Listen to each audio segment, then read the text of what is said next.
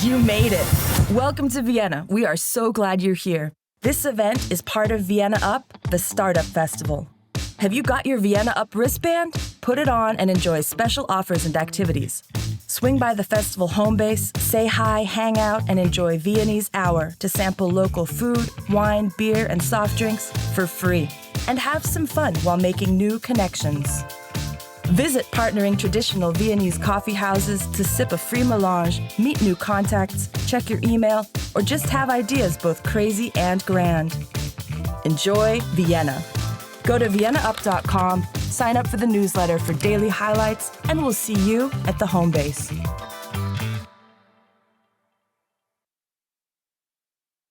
Not yet to the home base, but to Smart City Summit 2023. I'm very happy to be able to moderate you through the day. We already had a session in the morning, and maybe quick show of hands, who was already here in the morning? I would say around half. So a quick thing, what happened in the morning? We talked about, can cities really make a difference? And how does a thriving economy within planetary boundaries look like? We had inputs of what could be solutions, but as well, where are we heading to if we don't change anything? And it's not the most happy future, I would say. And we talked a lot about a common dream, vision that we need to share to achieve the unachievable, so to say, like a landing on the moon or similar projects. But there was an agreement that we can achieve it if we all go into the same direction, if we break the silos of different stakeholders, and if we share our common dream. And at the end of last session, I asked you to think about your own dream and your own wish for a sustainable and just future. And what I would like to ask the audience here in the room, that you find one person that you don't know, and that means maybe you need to switch seats quickly, and tell that person in one sentence what's your dream and wish for the future. And for the audience online, maybe you think about what's your dream and wish for the future, and you can share it afterwards in Slido where I give you the introduction. So, quickly up, find one person that you don't know, one sentence each, and then sit down again.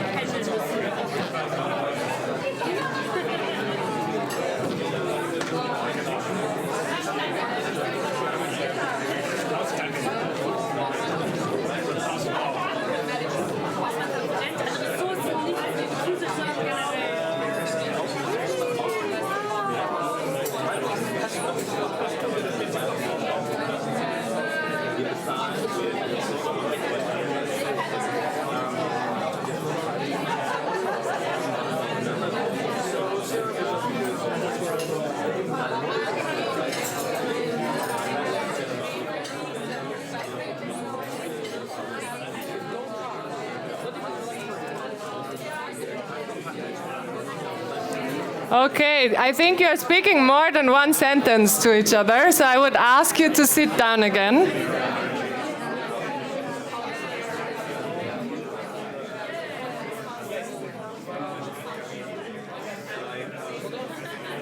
Please find your seats again.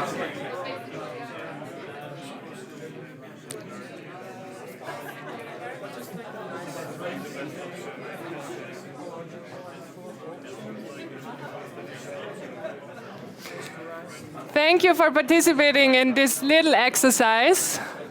And thank you for sharing your dreams with the person that you didn't know before. I know dreams can be long, but I would ask you to find a place again.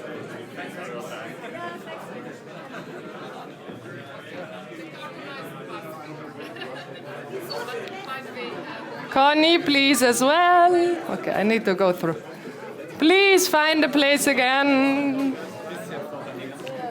Thank you. Thank you. Thank you. Thank you. That worked. Thank you very much.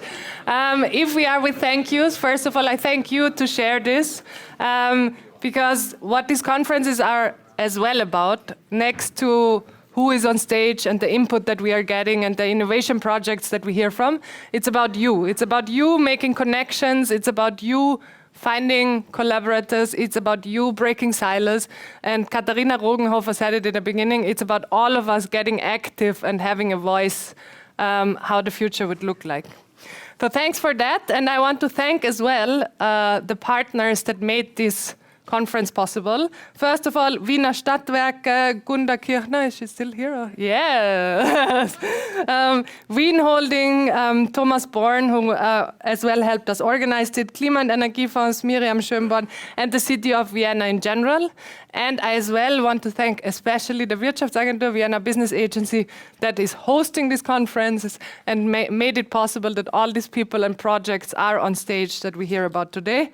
And last but not least, because these are the people that are always forgotten, the wonderful team of Wirtschaftsagentur, Vienna Business School, Impact Hub, Zeitecht, and Climate Lab that are hosting you, being it technically, catering-wise, on the front desk. So if you pass by them, say thank you and maybe share your dreams with them as well, or give them a hug because they are the ones that seldom get the stage. What will happen now is we have a session about 1 hour about how can we make our cities net zero, because that's what we heard in the morning as well, is a relevant topic because a lot of people live in cities. And more will live in cities. And that's where we had to. To interact, I first would need the Slido thing, to interact with you and as well with our online audience. And we saw in the morning that we have about 50% Viennese people joining us, but 50% outside of, like about 20% outside of Vienna, and the rest Europe and outside of Europe. Interestingly, about 10% as well outside of Europe. So I'm very happy that you made it here as well, being potentially in different time zones as well. And that's why we use Slido. So please just take your mobile phones out if you haven't yet. Scan the code or join us at slido.com with the password SMART23. If you have managed that, then you will get one question, and that is, what makes a city smart for you? Interestingly, a journalist in the break asked me exactly that question, and I was like, well, what is it? I want you to answer this with 1 or maximum 2 words, that we get a word cloud in the end, to see what you think a smart city should look like. We have people, inclusion, innovation, seamless transport, so mobility, clever infrastructure which fits to it, green, cognitive, flexible, a flexible city, that's an interesting one, just, lively public spaces, young, I would say it could be young, maybe multi-generational, to be inclusive, that we had before as well, electricity, where is it coming from, the question. A good living for everyone, that's what we heard in the morning as well. Policy is very relevant to make it happen.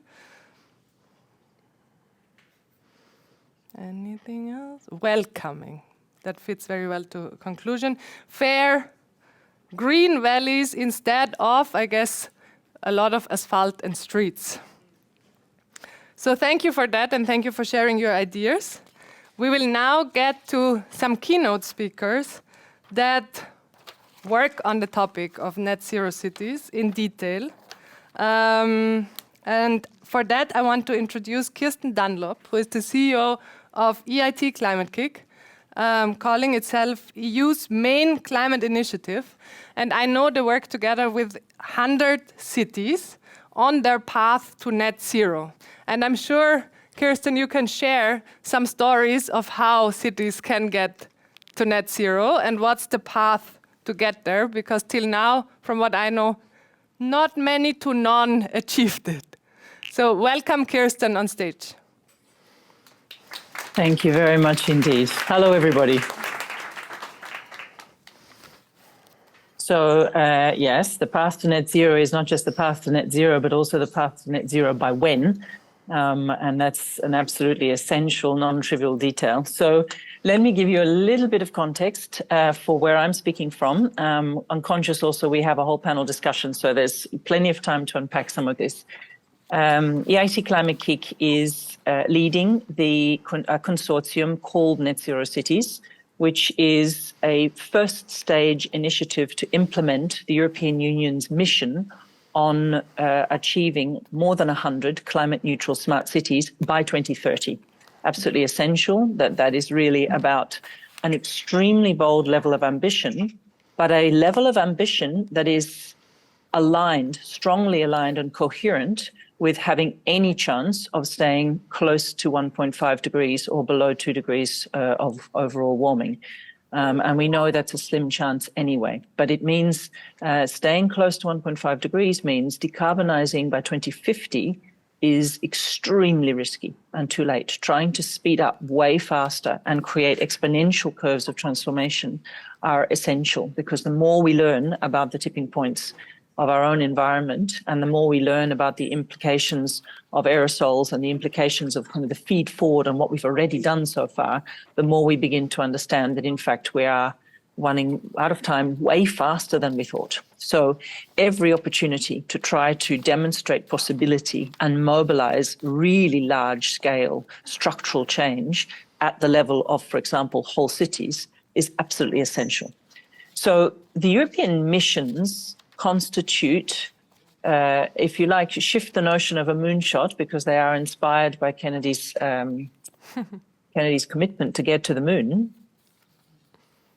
These are earth shots. These are earth shots to try and help us stay within a livable environment on our planet, look after the species around us on which we so deeply depend, and look after our own chance of transitioning and transforming ourselves to a well-being, to a sustainable situation of well-being. It's a big, bold commitment because, as you rightly said, cities are places, physical contexts where an enormous amount of the implications of our current ways of living are manifest. They're concentrated and manifest. They constitute 70% of global greenhouse gas emissions. People living in cities, the ways in which we've concentrated industrial activity, manufacturing, mobility, transport, food consumption, buildings, everything is highly concentrated there, which also gives us a highly concentrated opportunity to do something about it, and to do something about it at scale. Cities are 75% of global energy consumption, and about 80% of carbon dioxide emissions, specifically carbon dioxide. So it's a very big deal to change cities, but it's not just that. It's also the fact that they are the places where a significant majority of the human population and human societies live and intuitively see how things are connected. Because our biggest challenge at the moment is how to change things in connected ways, so that we change whole systems, the parts, their relationships, the rules that bind them, whether it's the ways in which we organize moving about, or the ways in which we organize building and the relationships between building and water and waste and energy, or the ways in which we organize supply of food, materials, ways in which we think about raw materials, reuse, and so on. So it's actually it's not only critically important for us to change the way in which cities are inhabited and built, it's also a huge opportunity for us to create mental models and living contexts in which we begin to intuitively understand what it means to live very differently. Net Zero Cities is a pilot initiative leading into the full implementation of the city mission, and the way it's constructed, we are already working into the full implementation of the city mission. That's 100 cities in Europe and 12 cities on the edges of Europe. And those 100 cities in Europe constitute 12% of Europe's population. And what's important is not just the initiative itself, but the way in which it is inspiring and creating precedent and opportunities for other cities to follow suit. Indeed, if I think about the Austrian national mission, similar kinds of mirroring and mutually reinforcing efforts. In Spain, there's an extension of the Net Zero Cities European mission to cities across the whole of Spain because of the opportunity to work on regulation and policy and supply chains and industry in very connected and coherent ways, because you're talking about the same kind of environment, regulatory environment context. So there are huge opportunities. Practically, this is really about making sure that cities are supported and scaffolded to address emissions that often cities themselves have no direct control over. Some Scope 1 and 2 emissions, yes, Scope 3 extremely difficult. So this means also creating the conditions through political cycles, through creating transition teams that enable cities to hold the space for transformative action and hold the space so that others can come in. So one of the conversations we're having as an organization implement to think not about individual businesses trying to compete for a new sustainable solution to traffic lights or to energy infrastructure, but to pull in all of the businesses in whole industries in around the way in which we literally shift our thinking almost like a Marshall Plan in the reconstruction post-Second World War of how do we create a structure, a restructuring of the entire supply of materials, of logistics, of supply chains to the cities that are embarking on this scale of change. And that requires transitioning politically and in policy, and it requires creating a very kind of firm space to take a huge risk as the biggest risk of all, so that the risk of acting to try and introduce quite transformative structural changes is consistently seen more in terms of opportunity and less in terms of transition risk. It means very importantly, shifting away from thinking about change. If you're going to try and change whole cities by 2030, we cannot afford anymore to think in individual sectors, individual silos, and individual projects. We can't afford to say, well, let's work on electric cars. And in another 10 years, when we see electric cars working, maybe we've managed to solve distributed grids or charging points, then we'll get to something else. We have to work on everything all at once now. And most importantly, we have to work on the way in which they interrelate. So that if we have renewable energy sources, we need to work out how to integrate them into the infrastructure. Where we have new materials and cladding to make energy efficiency work, we need to integrate that now into planning and construction, which we know has very long timelines baked in. Where we know we've got solutions in changing the way in which materials are understood and valued, we need to integrate that extremely fast. And I'm sure Joanna will have quite a lot to say about the way in which that's thought of in a manufacturing logic. So this means that practically you need to start thinking about a portfolio. No longer kind of individual funnels for innovation, looking for the best solutions, trying to connect them to capital and trying to think about how you take them forward. You need to create a space, literally like an innovation space that is the space of the city, that is structured by the things that the city needs to address: energy, waste, water, heating, decarbonization, and adaptation, because we're also dealing with climate change effects that are only progressing in one direction, not going backwards. And that means we need to design solutions that allow for significant changes in heat, in water conditions, in storms, and so on. So that already needs to be in there. And then that portfolio means that we can look for the relationships between waste and water and energy solutions, and the relationships between rewilding and replanting and heat islands, and the way in which we think about urban food and community well-being and co-benefits like health. So you're creating a context where the city becomes a space of connected, integrated innovation. And you structure that as an innovation portfolio, looking in 3 dimensions at all of those relationships and opportunities, from multiple individual projects to connect, to learn, and to produce intelligence that can support the way we flow capital, the way we change financial allocations and planning laws, the way we innovate around policy and regulation, and the way we think about peer learning and extracting kind of faster and faster learning loops. It's very, very important for this to have a way of speaking to stakeholders economically and financially. So one of the key elements that we're seeing in the Net Zero Cities initiative is to carry forward much of the work that Ia was doing 2 years ago on an earlier initiative that was preparing the ground for this kind of very bold, large-scale transformation approach, to create a financial model and an economic model that can show what is needed in terms of investment to achieve emissions reductions and what the investment returns and co-benefits are economically. So as you can start to create a kind of financial model that helps steer and helps get faster learning loops back from what we're trying and what we're seeing, with a a comprehensible connection through to different types of financing, whether it's project finance, capital investment, even taxes, the way in which levies are arranged, and the pooling of different pools of capital. So it's very important to have that. The Climate City contract is one of the key elements that sits at the heart of Europe's mission logic, and that's very much about securing an intention to transform and creating that longer thread around transition and commitment to transform, which is absolutely essential if you're going to talk about breaking silos, going after very long-term change. It's a means to an end. It's not the end in itself. It's simply a means to an end that holds that scaffolded, supported space for what we're trying to do and to create the market-making dynamics, because there's one thing that businesses and investors need to see, that there is a steady directional signal. What you're doing is not going to change its mind, go backwards, go sideways. It's going in that direction no matter how hard.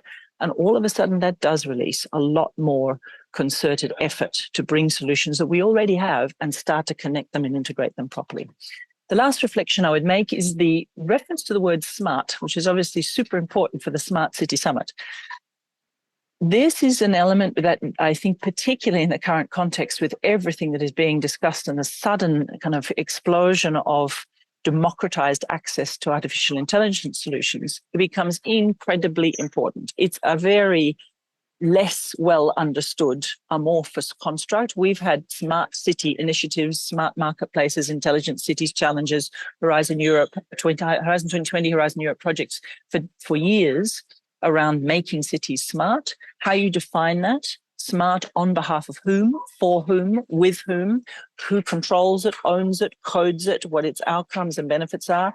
These are some of the really big questions that we need to ask, it's particularly when we do indeed start to think, and I'm thinking about the keywords on the Slido, when you are starting to think about justice and you're starting to think about agency and belonging and a sense of owning, wishing to own and live and inhabit in a sustainable future, what smart looks like and how that helps us rather than alienates us becomes absolutely important. And this is very much to do from the perspective of what we're trying to do with the Net Zero Cities Initiative and the European Mission, about trying to make sure that we minimize the inefficiencies of not knowing and not connecting and not integrating, and maximize the opportunities to take more effective directional choices because we have a lot of that integration working smartly and enabling us to make choices.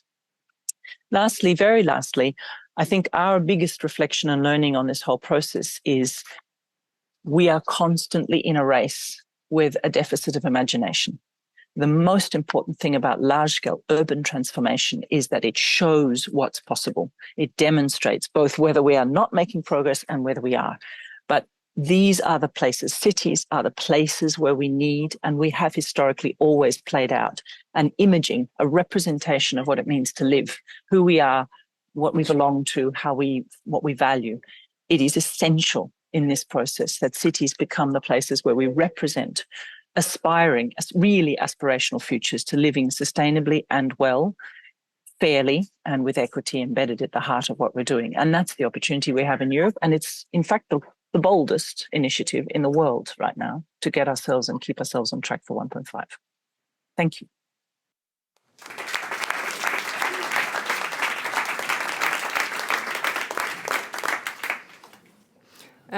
Thank you, Kirsten, for this brief and very inspiring and very resonating with me words. What resonated especially is that you said cities need to be the examples for the future and the innovation spaces for the future, because this is how we started Climate Lab actually 4 years ago, where we said we need to break the silos, we need to have a space where all the stakeholders can come together, and we need to innovate together and connect to get all the innovations that are already out there to scale.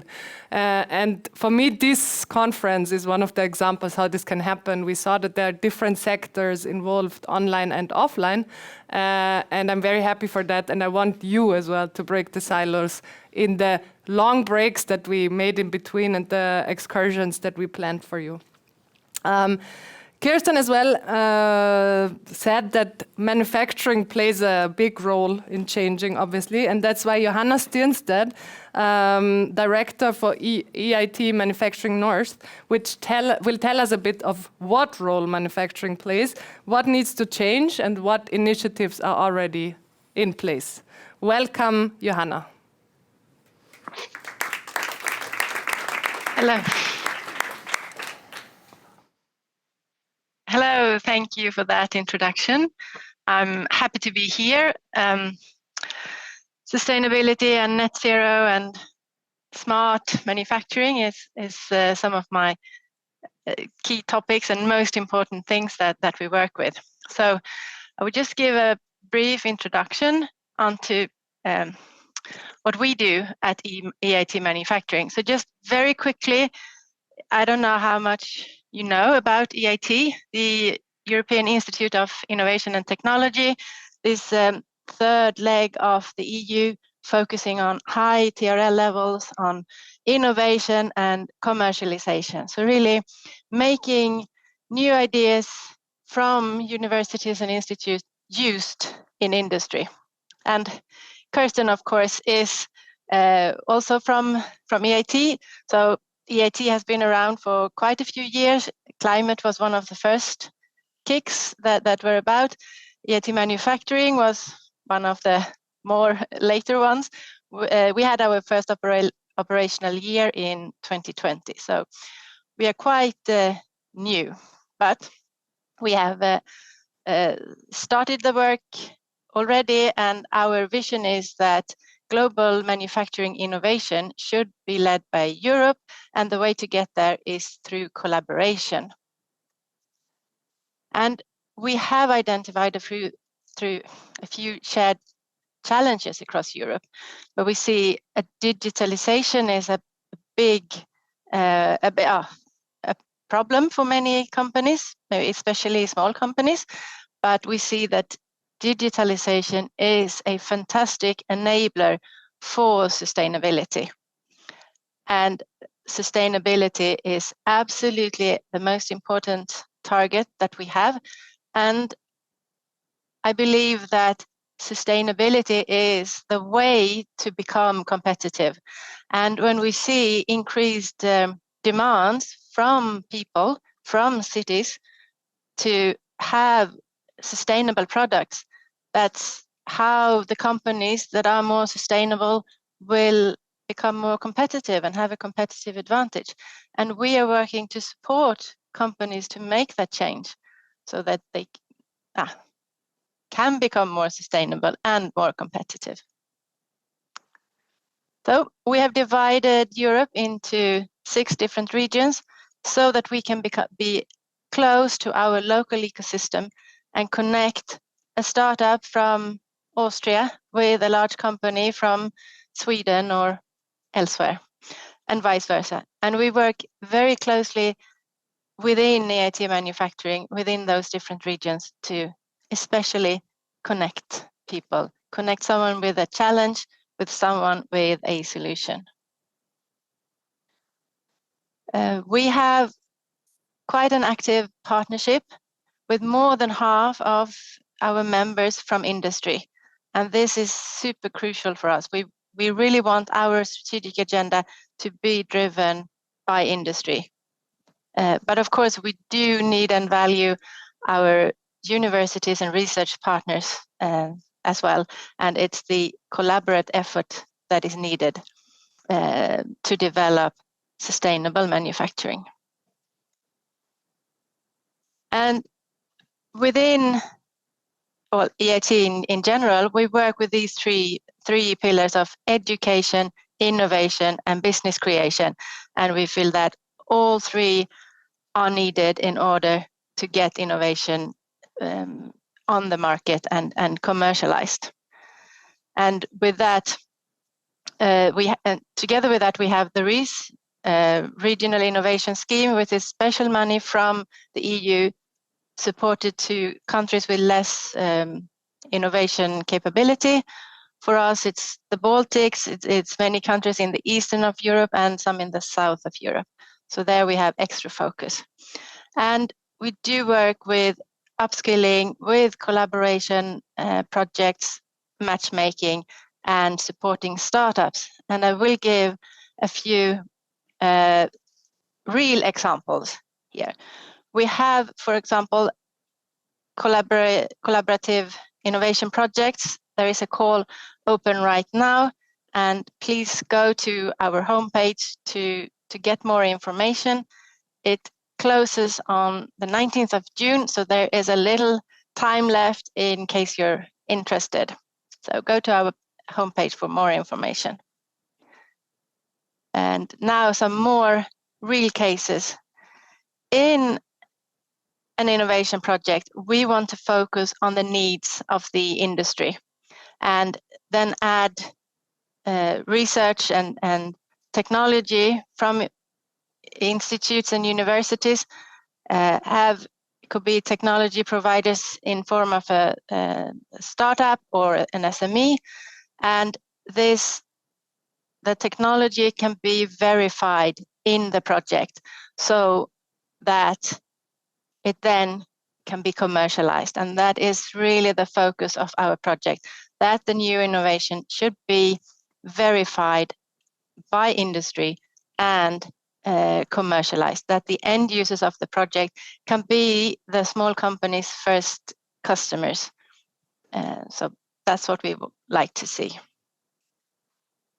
One of the projects that we are funding right now is about automating the recycling of batteries.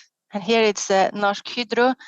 They are building a big factory in Norway together with Northvolt to recycle batteries.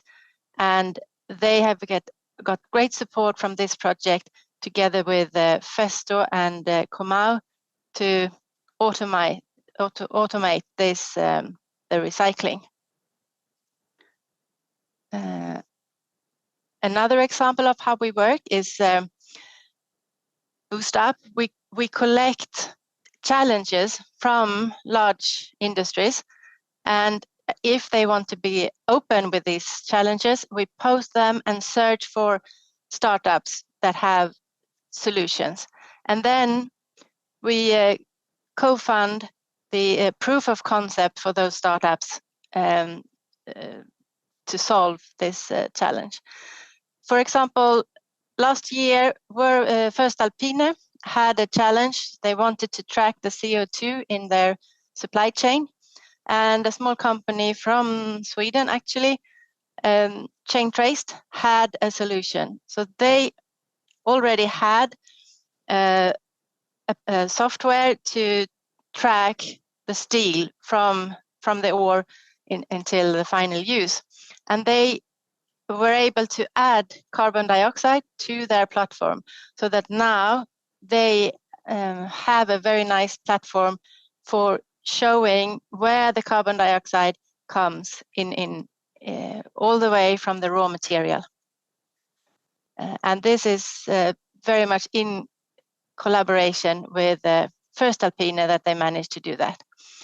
Another example is the matchmaking that we have supported between Polestar, the car company, with the aim of having a zero-emission car by 2030, a commercial car with zero emission, both in the manufacturing phase and in the use phase by 2030.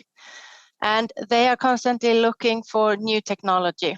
And we were able to match them with Steelride, a small company that makes industrial origami. So they have demonstrated this technique in the motorbike on the picture, where they fold steel sheets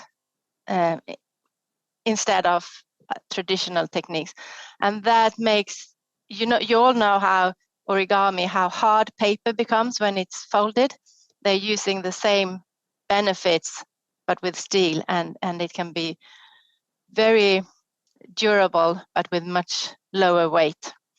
And Polestar could see that they really needed this technology in their portfolio. For all the development, we see that deep tech is really important to develop. And there is an initiative within all of EIT to educate people in deep tech. So this is a platform to connect those who have education to offer with those who need education. And the aim is to educate 1 million people by 2025. And then I have some other examples of projects that we are participating in from EIT Manufacturing North.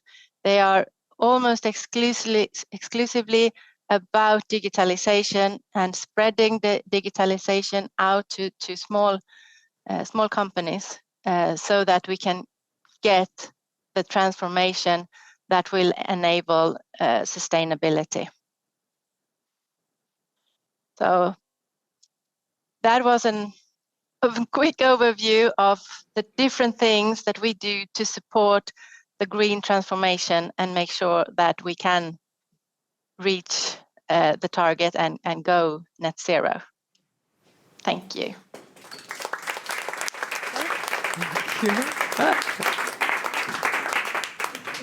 Thank you, Johanna, and I especially like the industrial origami that will stick to me.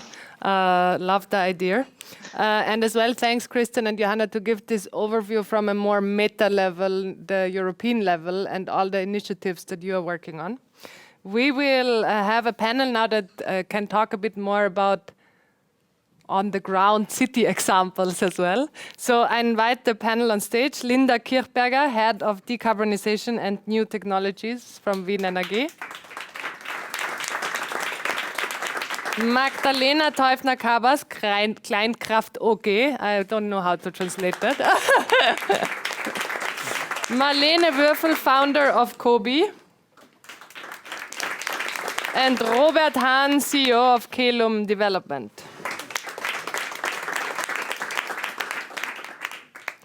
And I mean, energy and construction are very relevant areas, and we heard about it in different speeches throughout the day. So, Linda, you are working on the decarbonization of one of the Vienna's main energy supplier. And focusing as well on hydrogen and different power solutions. So do you want to tell us a bit more how that would work and what are your main findings? Yeah, so we heard already it's quite important to get our cities carbon neutral by 2030, 2040, 2050, and that every year really counts. So the City of Vienna, hence also the Wiener Stadtwerke and the Wien Energie have the goal to be carbon neutral by 2040. And if we look at the current energy consumption and current energy mix, we see that we have a heavy dependency, and I'm not telling you anything new here, on oil and natural gas. So what Wien Energie is doing at the moment is that we are, not since today, but since many years, invest really in three main pillars here. On the one hand side, we see a strong increase in our electricity consumption till 2040. So we really kind of make sure that we build green power plants in terms of photovoltaic, wind and water plants. So there's a huge investment in there. There's a lot of projects, and we're really pulling in a strong direction to have 2040 green power, pure green power for Vienna. The areas I'm really concentrating on with my teams is the district heating. So at the moment we are supplying 40% of the heating demand to Vienna by district heating, and more than like about 2/3 is coming from fossil energy. So this means we really have to heavily make sure or find new technologies and new ways how we kind of substitute this fossil energy for the district heating by renewable energy.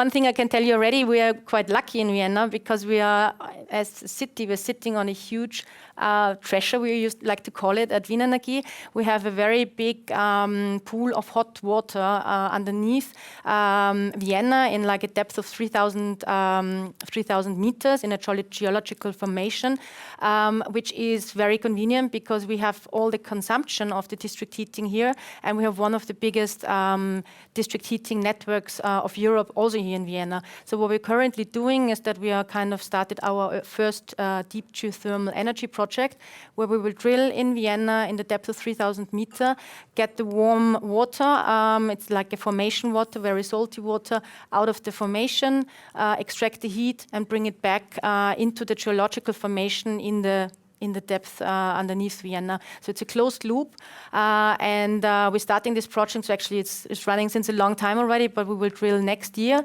and hopefully by 2026 we already have our first geothermal plant with 20 megawatt, and we will supply about 25,000 households with green energy already, but that's obviously is only the first step. Once this is kind of developed, we kind of continue to do so. So that's one of the main pillars to distribute, to decarbonize the district heating. The second is also we have a lot of heat pools or heat in the city we don't use at the moment. For example, we have the big sewage treatment plant. The water has a quite some remaining warmth, and this we kind of drain directly in the river system, and we don't use it. And what we're doing at the moment is we kind of redirect this water, which was totally unused before, extract the heat like about 6 degrees Celsius, and this heat we then use with green electricity to pump it up to a certain level that we can also use it for our district heating. And this is, I think, what we also think is very smart, that we say, okay, there's a lot of energy there we don't use. How can we find smart ways how to utilize it and really kind of substitute for the fossil fuels, fossil energy? Mm-hmm. Super, thank you. And I'm not coming from a science background. I'm always amazed as well what is possible if you put your head around it in a way. And I think what was already on the Impulse talks, I think what was quite remarkable to see that everybody has the same opinion. We need to join forces. We need to kind of bundle core competences over industries to a better product, basically. It's not everybody can do it on their own and kind of get some money out. No, this is not the way it will work in the future. We really need to kind of focus our core competences and contribute to a better one. So I didn't touch on hydrogen yet, but maybe we do that later. I don't want to take too much time away now. Thanks a lot.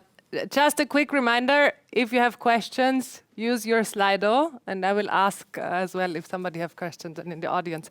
I want to hand over to you, Magdalena, because you call yourself a specialist for energy efficiency and utilization of renewable energy. So we heard now a lot about renewable energy. How do you drive the energy transition, or what do you see as relevant?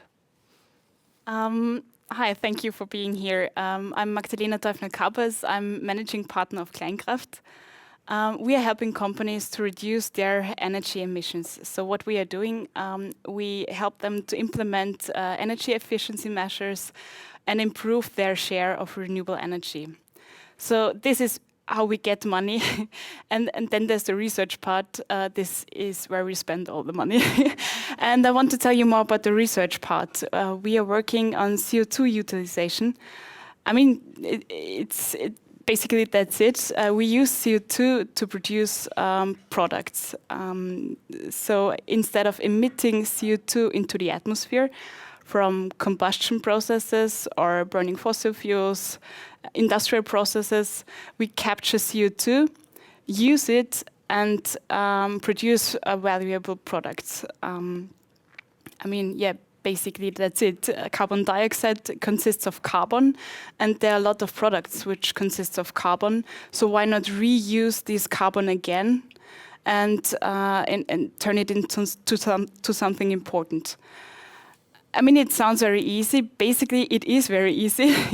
But of course, there's a tricky part. CO2 is like the end product. It's literally like the end CO2, which means CO2 is very stable. So in order to use CO2, you usually need a lot of energy. I mean, theoretically, and this is what we were working on, this is where the research part comes in. We developed a very efficient way, reduced the energy demand for our process significantly in order to develop an economic efficient process. Yeah, I think this is what we're working on, this is what we are doing, and this is what we want to scale now. Thank you. Thank you.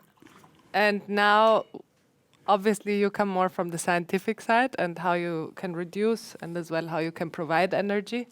Marlene, you come more from the person's side, and we heard that the civil society and a just transition is super relevant to have cities where we all want to live. So this combination of climate, social, and justice. Marlene, do you want to tell us what you are working on and how do you integrate the people in the equation? Sure. I also want to say that I have a very special connection to this event in particular because my professional journey in the energy industry actually started with the Smart City SuMMit last year. So I was there with my co-founder, and we did have an idea of the impact that we want to have, basically, in existing buildings and transitioning them to renewable energies, but we didn't know how we could kickstart this. So then last year they presented a program for zero-emission cities, and that's actually why we have a startup today, because we received funding there, and without events like this one, our company wouldn't exist actually. So I think it's important to also showcase that events like this one are very important. Yeah. And yeah, we do have a PowerPoint. Or not? Yes, it's you. Ah, okay. We don't see it on the screen here. Okay. Maybe it's easier with the PowerPoint. Yeah. So yeah, so we got funding for the project, and basically what is it about? It's very much about the refurbishment rate of existing buildings, which is too low. Maybe you have noticed when you look out the window here, you can see a lot of roofs are not fit for the future yet. Basically, a lot of buildings are not fit for the future yet in terms of there's no photovoltaic on them, for example, or we still have heating systems that are outdated, basically, and not renewable. So there is a lot to do, really. And the status quo is that it's very difficult because the data availability is often quite bad in existing buildings, and there are very high costs associated with the transitioning to renewable energies already in the initiation phase. So that's a lot of money and a lot of expertise needed here. And also legal implications are important. Of course, we have property laws, but then also tenancy laws, which kind of can also be an obstacle here. And yeah, so convincing stakeholders is probably one of the most important challenges here, because in the end, it's about the people, right? The people who are living in those buildings. It's about your building, my building, and your neighbor's buildings. So we all need to be on board here to be able to enable the energy transition. So our solution here with Kobe, the startup that we have now, is that Kobe is the navigator into the green future of building renovation. So that means if you as a homeowner, for example, or your property management company have the ambition basically to refurbish the building and make it fit for the future in terms of photovoltaic, also renewable heating, maybe electromobility, all of that encompassing things, then we want to help you here to provide a more simple and effective way of pushing ahead your project already in the initiation phase, because it's a lot about onboarding different stakeholders, making them, like, convincing them of the project actually. Yeah, and that's what we're going to help here. Strong focus on digitalization. So I'm glad we already had that input that is going to be important for that industry. Yeah, I'm looking forward to the discussion today. Thank you. As you tried to convince stakeholders for existing houses, Robert, you look more into development of housing, and how can that change or needs to change? Do you want to give a bit more insight on that? Yeah, it's not just housing. I think the basic tenets would apply to any project at all. I don't want to contradict some of my previous speakers, but I think innovation and technology is very important, but in the development process from beginning a project, doing the design work, going into construction, finishing a project, and bringing it into operation. We're talking about a time span of 5 years, 8 years, and we don't have time to wait for the next best innovation. If it comes along and we can use it, that's fine. But the large volume of construction has a horizon of years, and once you begin, you set this thing into motion, you can't really stop. And big changes are not really possible. I finished a project March 21. It's the Atelierhaus 22, if some of you may know it. The original design concept I put together in 2017. That was 5 years prior. And that means that was a fairly fast project. So I think we need to learn how to use the means we have now and implement them in order to reach the goals that we set. And I think it's certainly possible. It means a higher level of conception in the development and in design, and it means finding the right partners at the right price to do the construction. And that's a tall task. I just finished a subsidized housing project, and for those of you who know what kind of rents you can charge and what the costs are, it's a very tall task. We have a similar system in the first project with thermal probes and heat pumps, and it's all very easy. There's no rocket science about it. It's an earth shot which doesn't need that level of technical expertise. However, in operation, it's a different story. But I wanted to share with you something about a research project that I'm involved with, generously financed by the Vienna Business Agency. The project is titled Ascenso, and the name basically says everything. We want to get down to the essence of the development process, the design process, and the construction process, and look at it very critically to find out where we can streamline it, where we can make it more efficient, more sufficient, and more resilient. We started with a certain phase. It's about 6 months ago we started. We have another year and a half. By taking a very critical look at all of the regulations, all of the laws involved, not all, but many of them involved in the process, whether it's building physics, whether it's structures, whether it's MEP. There's a whole plethora of requirements which often contradict themselves, or they cancel each other out, or they're completely unnecessary. But you begin to spend so much time in the process trying to get something approved, trying to convince authorities that it doesn't make sense, that you become, virtually exhausted, and then that takes this extra energy to push a project through.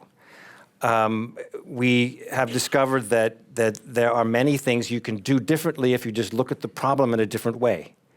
If you just turn the object around and say, well, do we really need this much air flowing through a building? Who says we need it? Where do these regulations come from? We're kind of moving into a second phase where we're going to simulate a fictive building and compare it to a reference building which would adhere to the Viennese building code. That's to say, what is the least common denominator, and then take that and find out how can we change that to make a reduction in construction cost, operating cost, and CO2 emissions in construction and operation by 20%. After 6 months, I think we can safely say that the 20% is probably easily achieved. We could set higher standards, particularly with CO2. But we're not there yet. We still have a year and a half. I think it's something that has to be done immediately, and the volume of new building is not really going to change that much. Maybe we have a contradiction here, but to reuse and to use existing buildings is key. However, the volume in new building is not really going to change that much if you look at growth in cities. Particularly if you're talking about changing means of manufacturing, changing structures, infrastructure. I think that's basically what we're involved with. Thanks a lot for the description. I found very interesting what you said about it's not about innovation, but it's as well about the frameworks and changing regulatory frameworks and legal frameworks. And Kirsten, I saw you nodding a lot.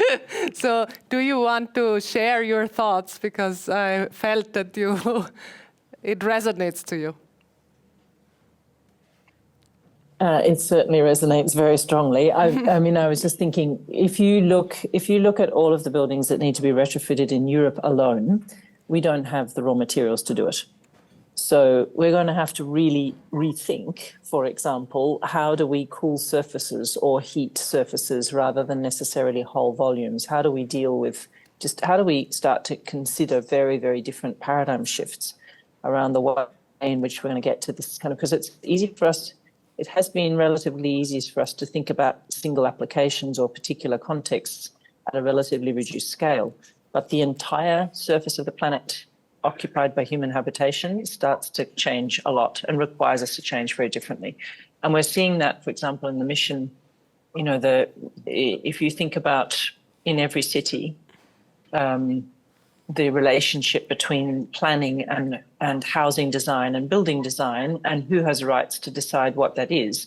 If you are a construction company or a planning and development company, you don't have a right to decide exactly where the street goes or where the sewage flows or how the energy infrastructure is.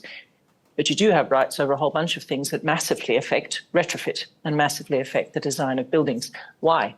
Because if we're in this order of urgency and emergency to change, some of this needs to start really, really shifting in who designs, who determines how we flow these things through. And we see even this question of regulatory shift right at the moment, we have some critical elements that require European level policy dialogues about plastic waste in the system so that we can actually solve for heating, about energy infrastructure on supply and demand, on the way in which we're thinking about construction, zoning and rules and regulations. Those kinds of interventions at a regulatory point partnered with the combination of the innovations and solutions, incremental and transformative, that we have become really urgently necessary now. And the type of work that is happening at a national scale to bring cities together to aggregate need and to be able to express need in an aggregate way creates the conditions for doing that in a very unprecedented way. And that's fantastic. Urgently needed. We need to do something about it, to follow it through, but it gives hope. Thank you, Kirsten. Fitting a bit to this regulatory framework, I got a question from the audience. How can we guard cities against greenwashing and verify the verification of publicly disclosed emission reductions? Anybody who already thought about that? Because everybody wants to become green, but how can we make sure that they really do their job and not just say, like companies that feel greenwash the city level? I can maybe just say one very short reflection. I think the value of acting in places, in contexts, the risk and the value, but the value of acting in places is that it is harder to hide. In the end, 50 degrees heat creates a set of effects. You either are prepared or you're not prepared. In the end, massive floods has a set of effects. You're prepared, you're not prepared. We are already facing a set of physical changes that begin to make it very much harder to play games on the edges, twiddle things about.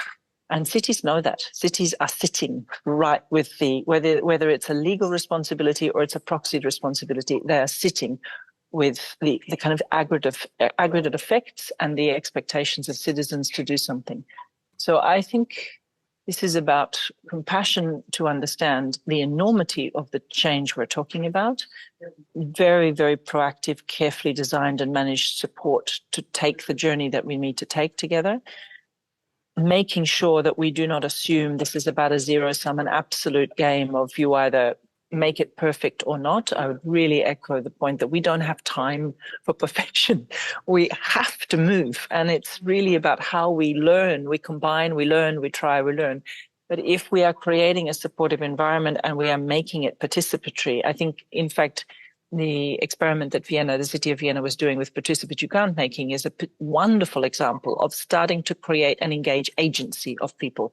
And then that, yes, there will always be a question of kind of bad actors in the system, but it makes it harder and harder to hide. And it makes it more evident that working together towards the opportunity that new energy systems provide, of abundance, of participation, of generation, start to outweigh the kind of gameplay. Thank you. So you don't see the risk of greenwashing so high because the effects are immediately No, felt. I see it high, but I think in cities you can The risk. you can surface the immediacy of action to need, perhaps more than you can do in corporates. Are there any questions can, here? Sorry. Yeah. If I can add something, I think the way to really get to results and to avoid greenwashing is to set demands for procurement and really look at what are the carbon dioxide emissions from the production of whatever you need to buy.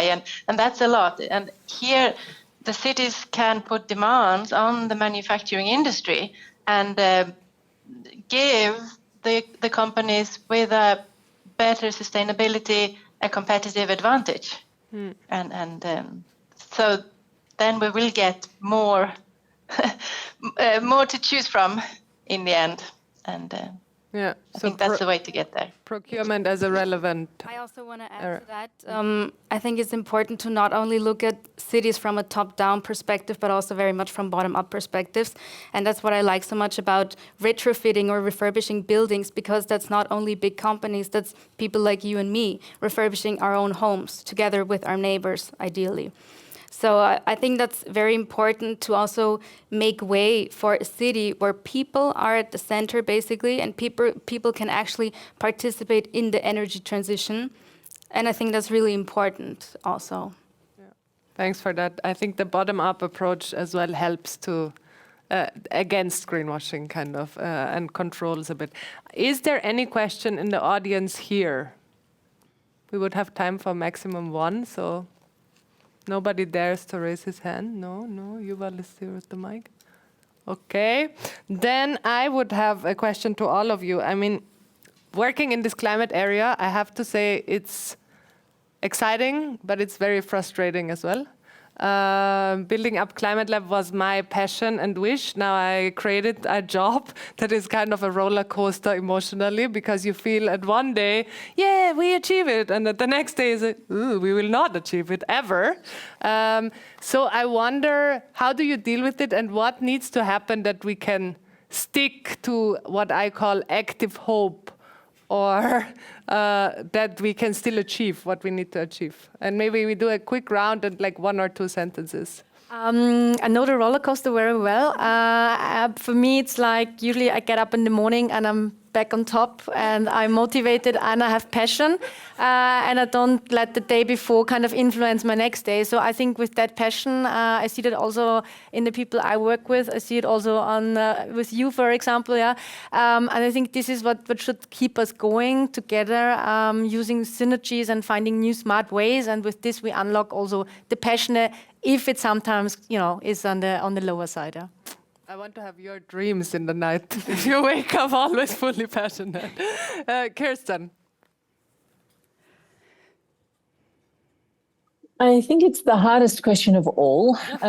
Some of it is just sheer force of will. I'm a mother, so every single day it's a question. Every single day I'm looking at a determination as an act of will and an act of choice.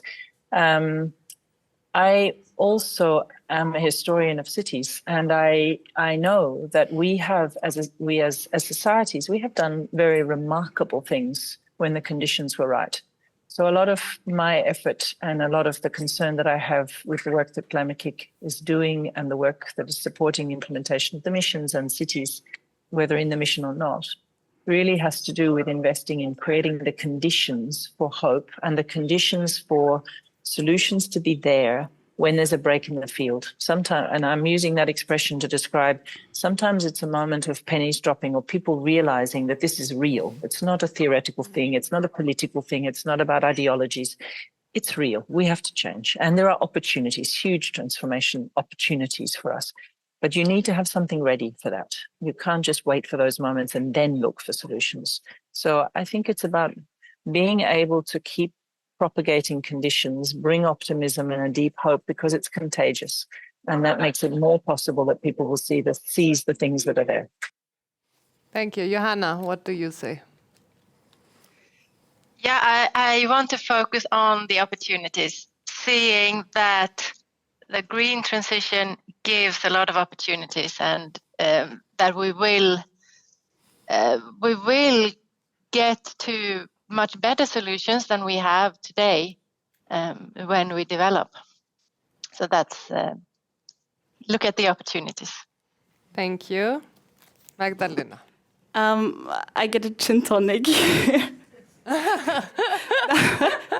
No, seriously, sometimes it's really exhausting, and I totally agree with my panelists, because I see a lot of over-dimensioning in industrial processes when it comes to energy supply, because I mean, I seriously don't know why, because everybody's like afraid that they don't have enough energy, and then they like. However, I'm used to do discussion with the technicians that is it necessary to have this amount or this capacity, and in the evening I get a gin tonic. Marlene. Marlene joins the gin tonic. Yeah. No, to me, it's super rewarding to talk to other colleagues during gin tonics or a glass of wine, because we're tackling challenges where there is no straightforward solution. And I think that's also really cool. Just to every day you create something new or you find out something new. Sometimes it's a bit challenging or troublesome, but also then you find a new way of approaching it and you change perspectives, and then that's exciting. Yeah. Thank you. Robert. I think we need a legal framework which is more supple and more flexible. One which would empower those actually involved to come up with solutions which meet legal requirements, but maybe in a different way. And that's where innovation and alternative solutions come in, because if we just go by the book, we're only going to get the book. And it's amazing how much time you spend convincing authorities why you don't want to do something instead of doing it.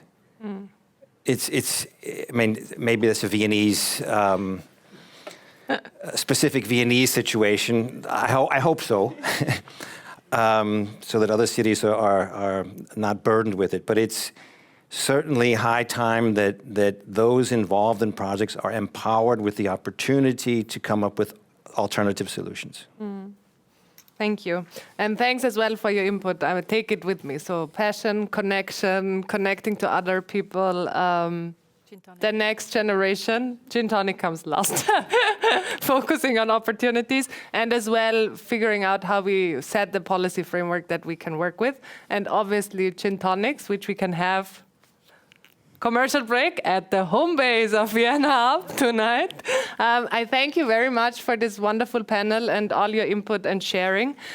What will happen next is you can either have a break at Network, because we need to break silos, or you can have a tour to the dock. The dock is just 10 minutes from here. It's run by an institution that works with kids to figure out what the future should look like from a kid's perspective. As we talked a lot about kids and next generation, they are relevant. Helene will be one of your guides, and the person from Wirtschaftsagentur, the second, Angelika, thank you. And there is one session, one co-creation session, especially happening for Wien Box, which is a little project where there are boxes all over Vienna where you can fill in whatever you have, from legal documents to food to books to whatever, and they are asking for feedback of how they can use it, what use cases there are. We invited a group of people. It's actually a closed session, but if anybody is super excited and interested to join, just come to me and I guide you there. There are 2-3 more places left. So far, so good. What is happening? You have coffee still here and a coffee station to mingle. The guided tours meet at the entrance door that they can leave as quick as possible. People that still want to join the Wienbox session, come to me. As I said, not more than 2 or 3 places. And at 3 o'clock, we all meet back here, whoever is registered for the next session, to go circular. For anybody that needs the toilet, toilets are out there. And for any other questions, I'm still around. Enjoy the afternoon, the tours, networking, etc. Thank you very much.